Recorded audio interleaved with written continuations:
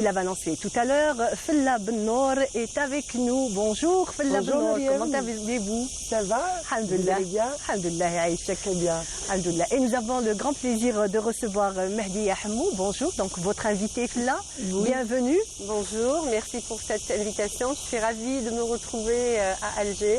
Nous sommes ravis de vous recevoir. Merci. Nous allons parler un petit peu de votre parcours. Donc Fella Ben-Nour m'a parlé un petit peu tout à l'heure, un parcours exceptionnel Fella. Si on veut, c'est Djelia Point des Z, version été. Version été, oui. Donc, c'est pour cela qu'on va faire un voyage exceptionnel aujourd'hui avec Mehdi Hamou, une passionnée du désert et du sud algérien. N'est-ce pas Mehdi? Tout à fait, tout à fait. Moi, c'est ma passion qui m'a guidée du bout qui m'a ramenée à nouveau en Algérie, plus exactement à Djanet où je suis installée depuis 2019. Et pourtant, vous n'êtes pas une femme du Sud, hein, vous êtes une femme du Nord. Pas du tout, Voilà. je suis un pur produit méditerranéen.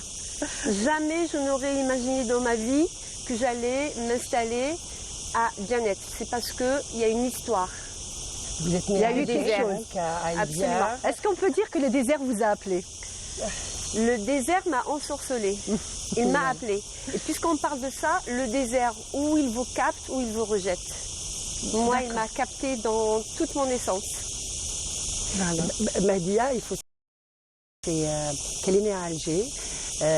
Elle a enseigné à Alger avant de partir en Europe et en Tunisie par la suite et revenir en Algérie pour s'installer à Djanet. Absolument. C'est une histoire fabuleuse. Plein de rebondissements. Absolument, absolument. C'est-à-dire que quand c'est vrai que je suis née ici, j'ai fait mes études ici, j'étais dans l'enseignement, mais j'étais pas comme mes copines, mes cousines. Je rêvais pas de me marier du prince charmant. Je rêvais de voyager, faire du business. Et je suis partie, mais en partant, j'avais ce souhait fort à l'intérieur de moi de revenir dans mon pays, mais je ne voulais pas revenir les bras vides. Je voulais revenir les bras chargés. Et je suis vraiment heureuse, mais vous ne pouvez même pas imaginer à quel point je suis très reconnaissante déjà d'être algérienne. Je suis très reconnaissante de voir que ce peuple merveilleux qui s'appelle les Algériens, qui font tout pour redorer notre image parce qu'on le mérite et parce que l'Algérie, elle possède tous les ingrédients possibles et imaginaires. Déjà, si je parle dans mon secteur d'activité, on possède tous les ingrédients possibles et imaginaires pour rivaliser avec les plus grandes destinations touristiques au monde. Voilà. L'Algérie, pays continent. Absolument. L'Algérie, pays continent. Vous avez passé 30 ans en Europe. J'ai passé 30 ans en Europe. Dans des multinationales. Multinationales, mon dernier poste, j'étais chef de projet. C'est ça, oui. Voilà, ça a été le commencement. J'avais un poste à responsabilité, j'avais fait le tour de la question et vous savez, quand on avance dans l'âge, on arrive à un certain âge, on se pose des questions existentielles. Moi, à l'époque, mes questions existentielles, la réponse c'est que je n'étais plus alignée avec moi-même. Je n'étais plus alignée avec ce que j'aimais faire. Voilà, donc ce que j'ai fait, j'ai démissionné parce que j'étais à ça du burn-out. J'ai démissionné, je suis sortie de ma zone de confort. Je suis partie premièrement en Tunisie. Je me rappelle, moi j'aime bien, je fais des sports mécaniques, je fais des rallyes. J'allais y arriver, c'est le rallye qui était le déclic pour ce changement. Parce que vous avez été à la rencontre du désert. Le désert. Le désert tunisien d'abord. Le désert tunisien. Donc je participe à ce rallye, c'est un rallye de régularité et comme tout rallye de régularité, c'est par étapes. Et la dernière étape, c'était le désert tunisien. Moi j'arrive déjà, ça a été une découverte pour moi. Et quand j'étais la seule Algérienne, il y avait ma copilote qui était journaliste, Nora. Elle était là pour couvrir l'événement et en même temps c'était ma copilote. Et quand elle découvre que j'étais comme une enfant en fait. Elle me dit, mais Mehdi, attends, si là tu es déjà ensorcelée, attends de voir le désert algérien. D'accord. Je finis le rallye, je remonte à Tunis, je refais demi-tour à peu près 700 km et je suis retournée dans cette oasis qui s'appelle Rsam Rilel, voilà, et je suis restée 5 semaines. 5 semaines de retraite, ça m'a permis... Méditation. De Ah, voilà. méditation, voilà, justement. J'ai Carrément, fait un méditation. nettoyage spirituel, je me suis connectée avec moi-même, je me suis assise avec moi-même, j'ai pris rendez-vous avec moi-même et ça a éclairci pas mal de choses. Aujourd'hui, je dis que je dois énormément au désert, je dis même que le désert m'a sauvé la vie. Réellement m'a sauvé la vie parce que le burn-out, l'épuisement professionnel, on connaît des personnes qui se sont suicidées. Effectivement, oui. On peut parler Ça d'une peut être. renaissance, Madia. Absolument, ça a été une renaissance et ma renaissance, moi je la dois au désert. Donc c'était dans cette oasis que tout commençait un petit peu à s'éclaircir. Absolument. Alors, je fais ma retraite, je repars en France. Moi, je suis du sud de la France. Et d'ailleurs, puisqu'on parle du sud, je ne sors pas. Du sud de la France, au sud de la Tunisie, D'accord. au sud de l'Algérie. D'accord. Je remonte en France, j'en parle à mes enfants qui étaient déjà adultes à l'époque. Et mes enfants m'ont encouragée, surtout mon fils, il m'a dit « Maman, vas-y, si tu es heureuse comme ça, vas-y ». Je repars. Je fais le tour de la Tunisie pourquoi la Tunisie parce que déjà le papa de mes enfants est tunisien et j'avais déjà un pied dans la Tunisie et tout ce que je sais faire aujourd'hui, tout mon domaine d'expertise, je le dois Dans le tourisme, oui. voilà, Ouais, dans au mon tourisme. domaine d'expertise, dans le tourisme, la création de circuits, l'organisation, parce que je fais tout, je m'occupe de tout, toute la logistique dans notre secteur d'activité, c'est vraiment le nerf de la guerre, c'est très très important. Nous, quand on est les acteurs de tourisme et des voyages en Algérie, et peu importe, pas seulement en Algérie, on est des ambassadeurs de notre pays. Donc le nerf de la guerre, c'est vraiment la logistique. Je fais tout. Je suis une femme de terrain. Je suis pas dans mon agence. Vous menez les opérations. Je mène absolument. Toutes les étapes. Vous êtes là, Absolument, présente. D'ailleurs, c'est absolument. des invités que vous recevez. C'est des invités. Ce sont des invités. Nous, quand on dit, je vais chercher mes invités, j'accompagne mes invités à l'aéroport. Donc je vais à l'aéroport, je les accueille, je les ramène. Et puis quand on prépare la logistique, j'accompagne même le cuisinier, choisir les bons produits. Les bons plats. Le boucher, Le la souci- bonne le souci viande, du détail. Je gère tout. C'est très très important. Je vais vous donner un exemple. Les voyageurs, quand ils viennent pas pour manger la baguette. Ils viennent de l'autre côté de la Méditerranée. La baguette, ils connaissent. Moi, j'ai introduit dans mes circuits khobz tabouna, le pain traditionnel, le kesra. J'ai supprimé les sodas internationaux. J'ai introduit nos sodas. Qu'on connaît bien, les sodas de notre enfance. Hein. Je suis sûre et certaine que les téléspectateurs ont compris. Donc c'est des petites actions comme ça pour inspirer l'envie aussi à tous les voyageurs du monde de revenir avec leurs invités, leurs familles. En parlant d'enfance, Madia, je vais revenir vers cette période qui vous a forgé aussi, avec des parents aussi qui ont su inculquer des valeurs et tout cet amour pour le pays. Absolument, absolument. Moi, je suis issue d'une fratrie de plusieurs filles et de plusieurs garçons. Je suis l'aînée de mes parents. Et j'ai aussi contribué à l'éducation de mes frères et mes sœurs. Et notre papa, qui était un ancien On les voit moudaheb. d'ailleurs à l'image. Ah oui, oui, On va oui. les voir, effectivement. Oui. Mes parents, Allah yarhamhum, paix à leur âme. Mon papa, qui était un ancien moudaheb, il nous a tout le temps inculqué les grandes valeurs. Et parmi ces valeurs, c'est vraiment se soulever contre la justice et l'amour du pays. L'amour, parce que même ma mère, quand elle nous parlait de ce qui se passait, parce que eux, ils ont vécu. Ma maman, oui, femme, très très belle femme. Même mon papa, c'était un bel homme. Qui ressemble d'ailleurs à Che Guevara. Voilà. On vous l'a déjà dit. Oui, absolument, absolument. D'ailleurs, je me rappelle quand j'étais en Suisse, à Berne exactement, on était dans un restaurant, il y avait une grande photo de... Et moi, j'ai grandi avec cet esprit de révolutionnaire. Et d'ailleurs, on appelle l'Algérie la Mecque des révolutionnaires. Je ne vais pas refaire l'histoire, mais tous les Algériens comprennent ce dont je suis en train de parler. Donc mon papa, il nous a toujours encouragés à faire des études. Mon papa, j'étais sa fille quand il y avait un prétendant qui venait me demander en mariage. C'était pas le papa qui obligeait sa fille à se marier. Il envoyait ma mère et lui disait « Va voir ta fille, peut-être qu'elle le connaît, peut-être qu'ils sont de connivence. » Mais moi, non, moi je rêvais de voyager et voir le monde. Alors voilà, non, mon père il n'était pas comme ça.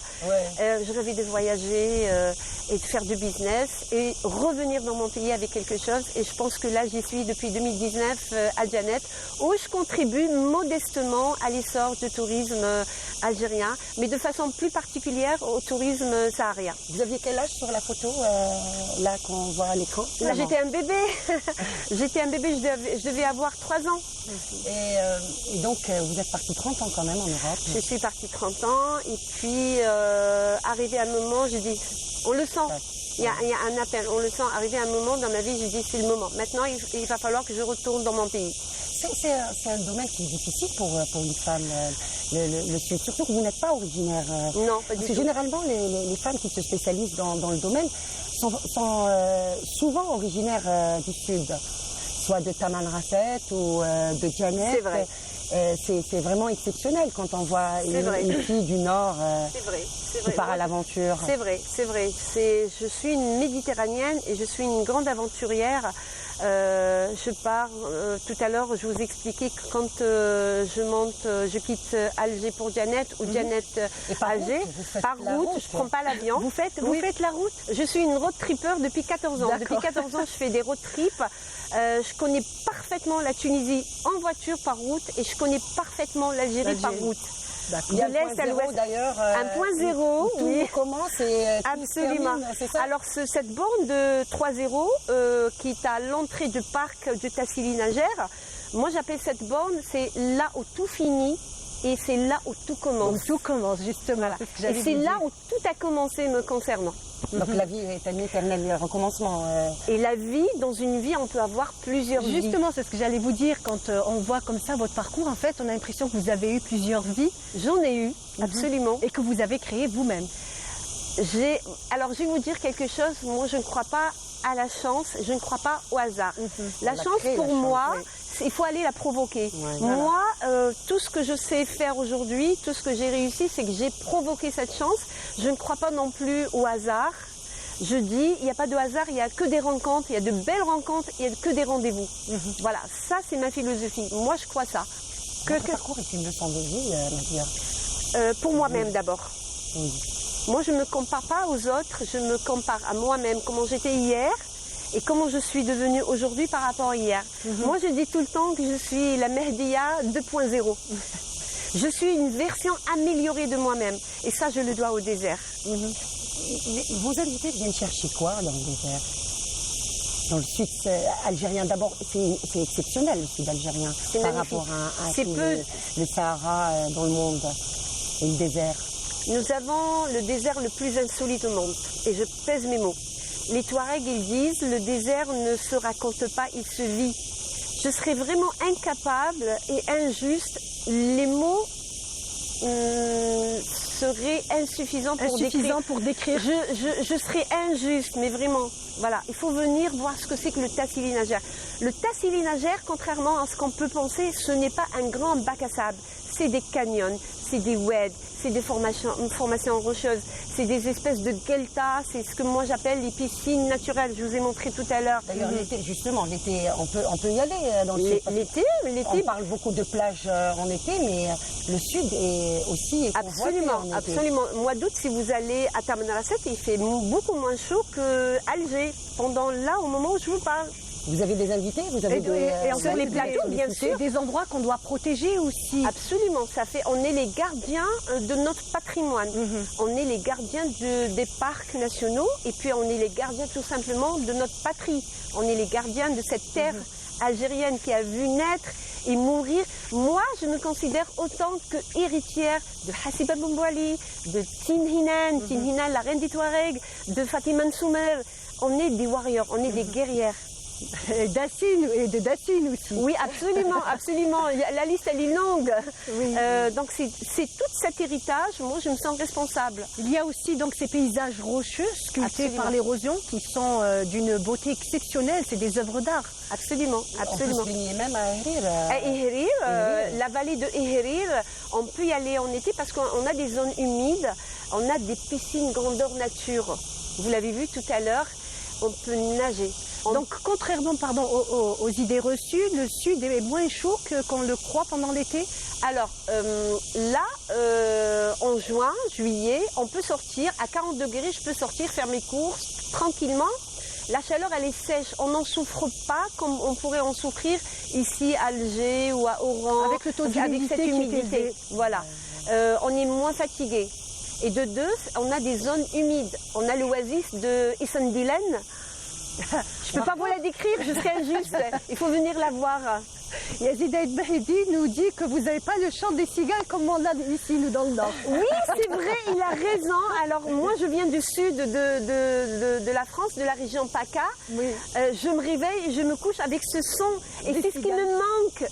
Ça me manque dans le désert parce que ça berce. Et ça berçait mon enfance. Mais bon, on ne peut pas tout avoir. Effectivement. Mais je me sens j'ai de la chance d'être dans un endroit juste féerique qui s'appelle aussi la beauté du silence aussi. Absolument, absolument. Aujourd'hui, Madia, on voit un élan ou un mouvement qu'on peut qualifier de solidaire peut-être envers l'Algérie, de la part de la diaspora. Absolument. Envers l'Algérie. Les portes sont ouvertes. Comment voyez-vous cet apport de notre diaspora, des Algériens qui sont de l'autre côté avec des compétences diverses? Comment vous la voyez, cette contribution? Très très bonne question. C'est-à-dire, on vit depuis déjà plusieurs années un climat favorable au retour de nos binationaux. Nous avons un président et je salue, permettez-moi, on l'appelle affectueusement Tonton Tebou. Nous avons, salutations Monsieur le Président, qui encourage justement le retour des binationaux. Moi, je suis sur le terrain, je suis très... Comment vous expliquer? J'ai beaucoup d'espoir. Beaucoup de facilitation. Beaucoup de facilitation. Oui. Et bien évidemment, quand le climat est favorable, qu'est-ce qui peut se passer? On a envie de revenir, parce que c'est quand même notre pays. Hein, on a envie, on a un pays magnifique. Vous le disiez tout à l'heure, l'Algérie, on l'appelle le pays continent à juste titre. Donc l'Algérie, tout le monde a sa place. On ne vient pas en tant que conquérant, non, on vient compléter. Parce qu'en Algérie déjà, les Algériens qui sont ici sur place, moi j'ai vu des compétences incroyables. Nous aussi on vient avec un certain bagage, avec des compétences pour compléter ce qui existe déjà sur le terrain. Moi j'ai reçu dans le Tassili des invités, des binationaux comme moi, une toute première fois, inspirés par mon histoire, ça les a encouragés à revenir à Djanet et à investir à Djanet. Donc le climat en Algérie est favorable et si vous me permettez, je lance un appel, messieurs, dames, binationaux, algériens à travers le monde, venez en Algérie, revenez, parce que je sais, moi puisqu'on parle de ça, j'ai reçu une famille dont l'épouse n'est pas revenue, 5 ans n'est pas revenue en Algérie. Elle ne voulait pas revenir parce qu'elle avait ses propres raisons. Elle est venue, le jour de son départ, elle a fondé en larmes. Et s'est confiée à moi, elle m'a dit merci Mehdia, merci. Ça a fait remonter en moi beaucoup d'émotions. Et d'ailleurs, elle est revenue avec son époux et ils sont sur des projets pour investir en Algérie. Voilà. Vous aidez aussi absolument. à renouer avec, absolument. Et puisqu'on parle de binationaux et de diaspora, on a créé, tout à l'heure je vais vous accompagner, enfin je vais vous inviter à venir découvrir cet endroit. Donc Mehdia, rapidement, parce qu'il nous reste 1 minute. D'accord. Allez-y. Allez, je suis très bavarde quand il s'agit de discuter de ma passion. J'ai averti, quand il s'agit d'échanger sur ma passion, je deviens très je suis très bavarde. Parce que c'est la passion. Et on a créé un réseau de binationaux entre nous et d'autres nationaux ici pour se donner de la force, pour communiquer entre nous, pour partager nos plans, nos conseils et tout ça pour le bien de notre Algérie qu'on aime tant. Alors merci beaucoup, chapeau bas pour tout ce que vous faites. L'adresse ou comment vous contacter? Bien sûr, alors c'est très simple, on peut me contacter via une adresse mail qui est contact@warriorroadtrip. Voilà, tout simplement. Et cette adresse, et puis le site c'est warriortrip.com et sur tous les réseaux c'est le même nom. Merci beaucoup. Merci à vous de m'avoir invité. Merci d'avoir accepté notre invitation. Tout le plaisir est pour moi. Mehdia a fait le voyage de Béjaïa toute la soirée pour arriver ce matin à Alger. Et je repars tout à l'heure. Infiniment. Avec plaisir. Merci encore et bonne continuation pour ce que vous faites. Merci à vous. Encore. Et je vous souhaite le meilleur, Inch'Allah. Et Aïchek.